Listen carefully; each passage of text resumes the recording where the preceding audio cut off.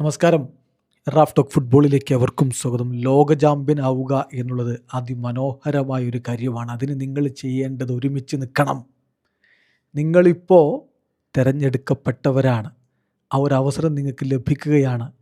Elite ഗ്രൂപ്പിലാണ് നിങ്ങളുള്ളത്. അങ്ങനെ elite ആയിട്ടുള്ളവർ അറിയേണ്ട ഒരു കാര്യമുണ്ട്. ഞാൻ കളിക്കുന്നത് മറ്റുള്ളവനും കൂടി വേണ്ടിയാണ്. ഒരുമിച്ച് നിൽക്കണം.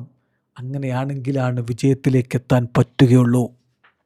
ബ്രസീൽ ടീമിന് ഇന്നലെ ഗ്രഞ്ച കമറിയിലെ ട്രെയിനിങ് ക്യാമ്പിൽ വെച്ച് ലഭിച്ച ഉപദേശമാണ് യെസ്, ലോക ചാമ്പ്യനായി ബ്രസീൽ ടീമിനെ ഏറ്റവും ഒടുവിൽ അവരോധിച്ച ആ കോച്ച് ഫിലിപ്പാവോ ഇന്നലെ ബ്രസീൽ ടീമിനോടൊപ്പം ചിലവഴിച്ചു സമയം. ഗ്രഞ്ച കമറിയിലെ ട്രെയിനിങ് സെൻറ്ററിൽ ഇന്നലെ ഒരു ഗസ്റ്റ് ഉണ്ടായിരുന്നു. ഫിലിപ്പാവോ എന്ന് വിളിപ്പേരുള്ള ലൂയി ഫിലിപ്പെ സ്കൊളാരി. ബ്രസീലിന് 5ാം കിരീടത്തിലേക്ക്, ലോക കിരീടത്തിലേക്ക് കൊണ്ടുപോയ അതേ കോച്ച്. 2002 വേൾഡ് കപ്പിലാണ് ബ്രസീൽ അവസാനമായി വേൾഡ് കപ്പ് നേടുന്നത്. ആ വേൾഡ് കപ്പിൽ ടീമിനെ പരിശീലിപ്പിച്ചിറക്കിയത് ലൂയി ഫിലിപ്പെ സ്കൊളാരി ആയിരുന്നല്ലോ. അദ്ദേഹം പിന്നെ 2014 വേൾഡ് കപ്പിലും ടീമിനെ ഒരുക്കിയിട്ടുണ്ടായിരുന്നു. സെമി ഫൈനൽ വരെ ടീമിനെ എത്തിച്ചു. പക്ഷേ സെമിയിൽ അനിവാര്യമായ ദുരന്തം അവരെ പിടിച്ചുലച്ചു. നെയ്മറില്ലാതെ കളത്തിലിറങ്ങി 7-1 പൊട്ടിയ കഥ ഓർക്കുന്നില്ലേ? ആ കഥ മാത്രമല്ല, അതിനു മുമ്പൊരു ചരിത്രമുണ്ട്. ബ്രസീലിനെ ഏറ്റവും ഒടുവിൽ കിരീടത്തിലേക്ക് കൊണ്ടുപോയ കോച്ചെന്ന ഒരു വലിയ നേട്ടം അദ്ദേഹത്തിനുണ്ട്. ഇനി കഴിഞ്ഞില്ലെന്നേ, ഫിലിപ്പാവോയുടെ കീഴിൽ 2014 സെമിയിൽ എത്തിയില്ലേ ടീം. അതിനുശേഷം ഒരിക്കൽ പോലും ബ്രസീൽ സെമി കളിച്ചിട്ടില്ല എന്നതും മറക്കണ്ട. അപ്പോൾ ഇതറിയാം CBFന്, ഫിലിപ്പാവോയുടെ വാല്യൂ എന്താണെന്നറിയാം. അതുകൊണ്ട് തന്നെ ഇന്നലെ അദ്ദേഹത്തെ ഗസ്റ്റായി കൊണ്ടുവന്നു ട്രെയിനിങ് ക്യാമ്പിലേക്ക്. കാർലോ അഞ്ചലോട്ടിയും സംഘവും അദ്ദേഹത്തെ സ്വീകരിച്ചിരുത്തി, അദ്ദേഹത്തെ ആദരിച്ചു. കാർലോക്കൊപ്പമായിരുന്നു ഇന്നലെ അദ്ദേഹത്തിൻ്റെ ലഞ്ച്. അത് കഴിഞ്ഞിട്ട് താരങ്ങളോട് സംസാരിച്ചു. 23 താരങ്ങളാണല്ലോ ഇപ്പോൾ ബ്രസീൽ സ്ക്വാഡിലുള്ളത്. ടെർസാപോളിസിലെ ഗ്രഞ്ച കമറി ട്രെയിനിങ് സെൻറ്ററിൽ 23 താരങ്ങളാണുള്ളത്. എന്ന് പറഞ്ഞാൽ മാർക്കിന്യോസും ഗബ്രിയൽ മെഗല്ലസും ഗബ്രിയൽ മാർട്ടിനെല്ലിയും സ്ക്വാഡിനോടൊപ്പമില്ല. അവർ UCLൻ്റെ ഫൈനൽ കഴിഞ്ഞതിന് ശേഷമേ ടീമിനോടൊപ്പം ചേരൂ. അത് നേരിട്ട് US എത്തുകയായിരിക്കും. ഏതായാലും ബാക്കി 23 താരങ്ങളോട് ഇന്നലെ സംസാരിച്ചു.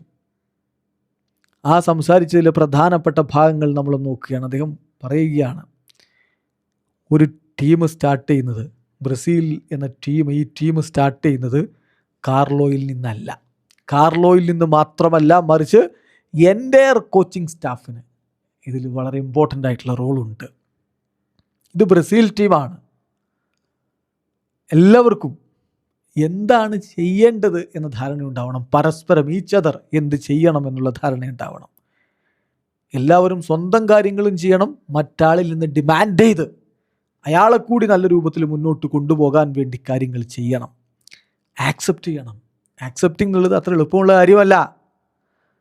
അപ്പോൾ നിങ്ങൾക്ക് ഇപ്പോൾ നിങ്ങളുടെ മുന്നിൽ നിങ്ങളെ നയിക്കാൻ ഒരാളുണ്ട്, കാർലോയുണ്ട്. അതും ഫുട്ബോൾ എന്താണെന്ന് നന്നായിട്ട് അറിയാവുന്ന ഒരാൾ നിങ്ങളുടെ മുന്നിൽ നിൽപ്പുണ്ട്.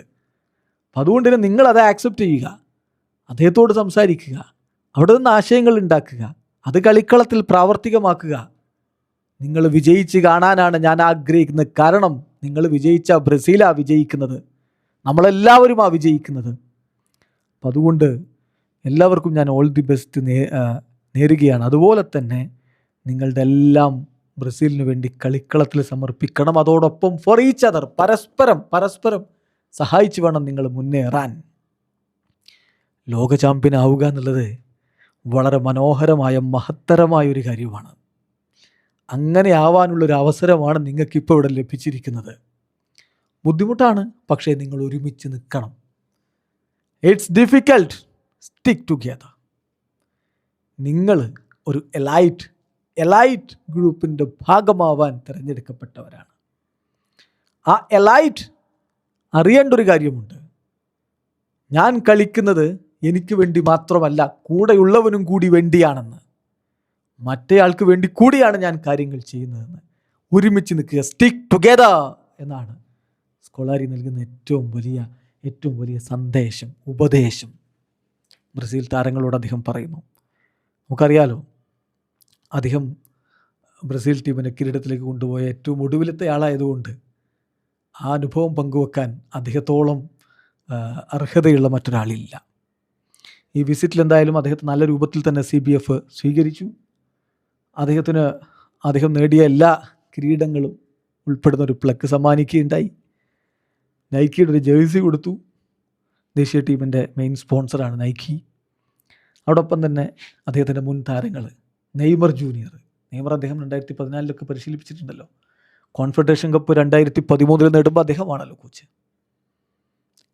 നെയ്മർ, അതുപോലെ വെവേർട്ടൻ, ഇങ്ങനെ അദ്ദേഹത്തിൻ്റെ മുൻ താരങ്ങളോടൊപ്പം അദ്ദേഹത്തിന് റീയുണൈറ്റ് ചെയ്യാനും പറ്റി. ഏതായാലും വളരെ കൃത്യമായിട്ട് പ്ലാൻ ചെയ്തിട്ട് മനോഹരമായിട്ടാണ് ഗ്രഞ്ച കമാഴയിലെ ബ്രസീൽ ടീമിൻ്റെ ക്യാമ്പ് മുന്നേറിക്കൊണ്ടിരിക്കുന്നത്. കൃത്യമായ പ്ലാനിങ്ങോടെ മുന്നേറുന്ന ഈ ടീം കിരീടത്തിലേക്ക് എത്തുമെന്നതാണ് അറിയേണ്ടത്. വീഡിയോ അവസാനിക്കുന്ന ഫുട്ബോൾ ലോകത്തെ കൂടുതൽ വിശേഷങ്ങളുമായി റഫ്ലക്സ് എഴുതാം.